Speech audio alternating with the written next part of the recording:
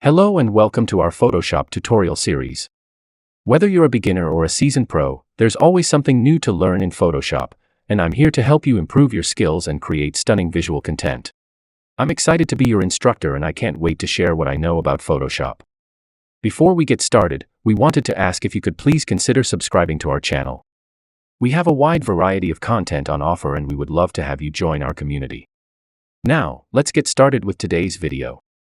When you first launch Photoshop, it displays a home screen to help guide us to the files that we want to work with. Now, to open a new document from the home screen, I'll just create new file. And across the top of the new document window are several different categories, as well as a recent and saved area. If I click on any of these categories, we can see all of the presets that are associated with that category. I can click to expand that. For now, we'll use the options on the right in order to define the size of a new document. I'll go ahead and put 12 for the width and then 8 for the height, and I'm using inches. But you can choose different units of measurements right here. If I want to change the orientation, I can simply click on this icon here. I'll set the resolution to 300. And these additional options we're going to be covering later in the course. If I did think that I was going to use documents that were 12 by 8 at 300 pixels per inch often, I could click on this downward pointing icon and then choose to save the preset. In this case, I will call it 8 by 12 at 300. Once I choose to save the preset, we can see it in the saved area right here. If I ever wanted to delete it, I can click on the trash icon. And to open it, I'll just double click on it. Alright, let's go ahead and open a document. I'll click on Open. I'm going to navigate to a folder on my desktop. And then double click on this photo to open it in Photoshop. Now, if I needed to access the home screen while a file was open, I could click on the home icon in the upper left, and if I want to close it, I'll just click on the Photoshop icon. Now when I close this photo file, we can see our recently opened file, which we can view either by list view or by thumbnail view. So, we'll cover these options in more detail in later chapters. But as you can see, there are several quick and easy ways to create new documents, save a new document preset, and open files in Photoshop. Let's take a few moments to familiarize ourselves with the Photoshop interface.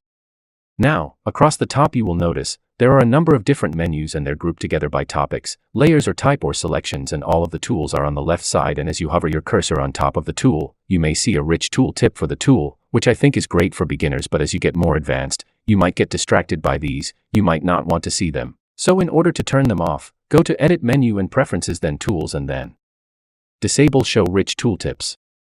Alright, when you select a tool, the options for that tool are going to appear in the options bar. And below the options bar, we can see the tab for the open document. And in the center is our image preview area. Now, at the bottom of the window, we have a status area. And we can click on the chevron in order to access additional options. Then on the right, we have a number of different panels that have additional options for Photoshop. Now it's important to note that your screen might look different than mine, because you either rearranged these panels yourself or Photoshop has arranged the panels differently based on your screen resolution. So, I'm going to be talking about hiding and showing and rearranging panels in depth in other videos, but for now, I would suggest that you reset your panel by choosing the Essentials workspace, and if they still look different, choose to reset the Essentials. That way, we'll all be starting with a similar setup.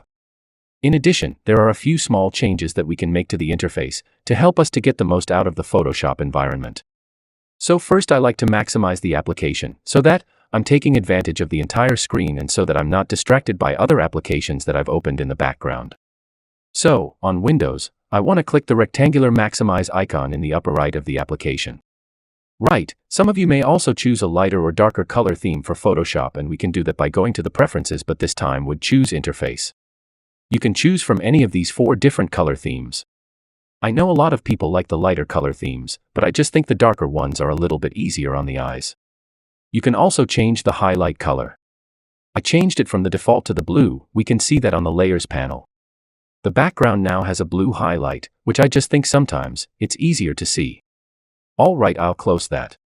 And if you ever want to change the color of the interface that surrounds the preview area, you can right click and then select from any of the option. Or go ahead and choose a custom color. This might be convenient, for example, if you wanted to preview this against white. For now, I'll just set that back to the default. So that's it for today's video.